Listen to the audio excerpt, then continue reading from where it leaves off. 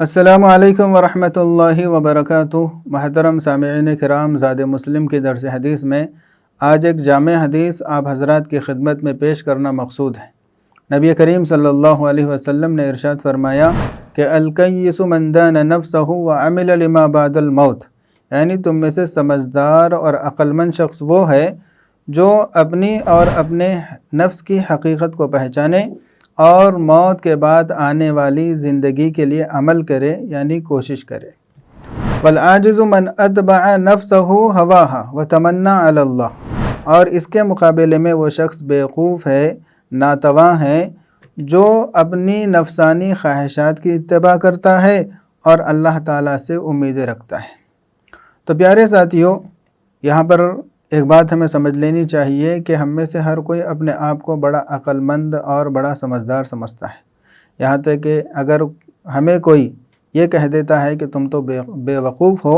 تو ہم غصے سے لال پیلے ہو جاتے ہیں، کیونکہ ہم اپنے آپ کو عقل مند سمجھتے ہیں۔ تو ہمیں یہ بھی دیکھنا چاہیے کہ اللہ اور اس کے رسول صلی اللہ علیہ وسلم کی نظر میں حقیقی عقل مند کون ہے۔ نبی کریم صلی اللہ علیہ وسلم نے اس شخص کو عقل مند نہیں کہا جو دنیا میں بہت زیادہ روپیہ پیسہ کماتا ہو اور مال و دولت اکٹھا کرتا ہو، جیسا کہ دنیا والے سمجھتے ہیں۔ دنیا والوں کی نظر میں تو سمجھدار وہی ہے، وہی سمجھا جاتا ہے جو خوب دنیا کماتا ہے، دونوں ہاتھوں سے جو ہے نا روپیہ پیسہ وہ لوٹتا ہے اور بڑے بڑے اونچے اونچے عمارتیں بناتا ہے اور قیمتی کار خریدتا ہے۔ تو اس طرح کے شخص کو دنیا والے سمجھدار اور عقل مند اور بڑا چالاک سمجھتے ہیں، لیکن نبی کریم صلی اللہ علیہ وسلم نے اس عارضی دنیا کے حاصل کرنے والے کو عقل مند نہیں کہا، بلکہ کہا کہ عقل مند تو وہ ہے جو موت کے بعد آنے والی دائمی زندگی کے لیے عمل کرے اور وہاں کے لیے زیادہ سے زیادہ نیک اعمال کر کے اپنی راحت کا سامان تیار کرے۔ اور اس کے مقابلے میں آپ صلی اللہ علیہ وسلم نے اس شخص کو انتہائی احمق کہا ہے جو کہ آخرت کی کوئی فکر نہیں کرتا، بلکہ دنیا میں رہتے ہوئے دنیا کے عیش و عشرت کو اور یہاں کے خواہشات کو پورا کرنا ہی اصل سمجھتا ہے اور اسی کے پیچھے اپنے سارے توانائیاں لگاتا ہے، اور پھر آخرت کے بارے میں اللہ تعالیٰ سے امید باندھتا ہے کہ اللہ تعالیٰ بڑے رحیم ہیں۔ کتنی حماقت کی بات ہے کہ دنیا کی زندگی کے بارے میں، دنیا کی روزی کے بارے میں تو اللہ تعالیٰ نے یہاں کی روزی کی ذمہ داری لے لی ہے، اس کی فکر کرنے کی ضرورت نہیں ہے، اور آخرت کے بدلے کو اور آخرت کی زندگی کو اللہ تعالیٰ نے انسان کے عمل سے جوڑا ہے۔ تو ہمیں آخرت کی فکر کرنا چاہیے، لیکن یہاں پر الٹا یہ ہو رہا ہے کہ جو چیز اللہ تعالیٰ ذمے میں لے لیے اسی کی فکر لے کر انسان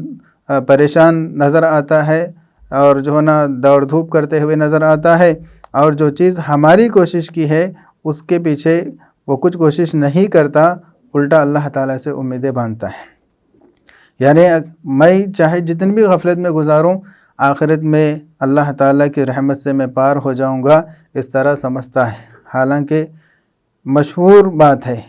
جیسا کہ مشہور کہاوت ہے کہ الدنیا مزرعۃ الآخرہ، کہ دنیا آخرت کی کھیتی ہے۔ جس طرح کھیتی میں ہم جو بوتے ہیں وہی کاٹتے ہیں، اگر ہم ٹماٹر بوتے ہیں تو ٹماٹر کاٹتے ہیں، اور کدو بوتے ہیں تو کدو کاٹتے ہیں، یعنی وہی ہم کو حاصل ہوتا ہے۔ جیسا کہ ایک فارسی شاعر نے بھی کہا کہ گندم از گندم بروید جو زجو از مکافات عمل غافل مشو، یعنی گیہوں سے گیہوں ہی حاصل ہوتی ہے، جو سے جو ہی حاصل ہوتی ہے، لہٰذا عمل کا جو بدلہ ہوگا اس سے غافل مت ہونا، یعنی دنیا میں جیسا تیرا عمل ہوگا آخرت میں ویسا ہی تجھے بدلہ ملے گا۔ تو لہٰذا عزیز ساتھیوں، ہماری یہ کوشش اور فکر ہونی چاہیے کہ ہم اپنے آپ کو حقیقی معنی میں عقل مند ثابت کریں، اور اس کے لیے ہمیں آخرت کی زیادہ فکر کرنی چاہیے اور آخرت کے لیے زیادہ عمل کرنا چاہیے۔ دنیا بقدر ضرورت کمانے کی فکر ہو تو اس میں کوئی برائی نہیں ہے، لیکن دنیا ہی کو مقصد بنانا یہ بہت بڑی حماقت ہے۔ السلام علیکم ورحمۃ اللہ وبرکاتہ۔